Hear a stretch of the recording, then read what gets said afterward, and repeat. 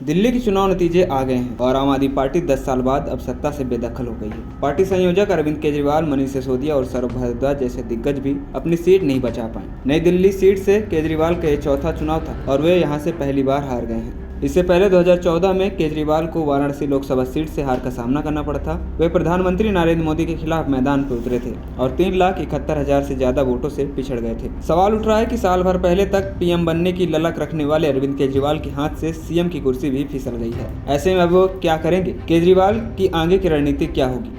दरअसल इस चुनाव प्रचार में केजरीवाल खुलकर कहते हुए देखे गए कि जीत के बाद वह दिल्ली के अगले मुख्यमंत्री होंगे। अब चुनावी हार के बाद केजरीवाल ने आगे का प्लान बताया। उन्होंने कहा कि आम आदमी पार्टी दिल्ली में अब सक्रिय विपक्ष की भूमिका निभाएगी। केजरीवाल ने अभी यह साफ नहीं किया कि वह क्या भूमिका निभाएंगे। केजरीवाल का कहना है कि हम न सिर्फ एक मजबूत विपक्ष की भूमिका निभाएंगे बल्कि लोगों के बीच रहेंगे और उनकी सेवा भी करते रहेंगे। साल 2023 विपक्षी खेमा लोकसभा चुनाव की तैयारी कर रहा है। सारे दल एक साथ आए और मोर्चे का नाम दिए। पीएम फेस पर चर्चा हुई तो आम आदमी पार्टी ने खुलकर अपनी इच्छा जताई और अरविंद केजरीवाल के नाम को प्रोजेक्ट किया। आम आदमी पार्टी की राष्ट्रीय प्रवक्ता प्रियंका कक्कड़ ने एक बयान में कहा कि अगर आप मुझसे पूछें तो मैं चाहूंगी कि अरविंद केजरीवाल प्रधानमंत्री पद के उम्मीदवार भी बने। उन्होंने इसके पीछे तर्क दिया कि इतनी कमर तोड़ महंगाई में भी दिल्ली में सबसे कम महंगाई है। मुफ्त पानी, मुफ्त शिक्षा, मुफ्त बिजली, महिलाओं के लिए मुफ्त बस यात्रा, बुजुर्गों के लिए मुफ्त तीर्थ यात्रा, फिर भी सरप्लस बजट पेश किया गया। वो लोगों के मुद्दों को उठाते हैं और बीजेपी के लिए एक चुनौती के रूप में उभरते हैं। इस संबंध में जब अरविंद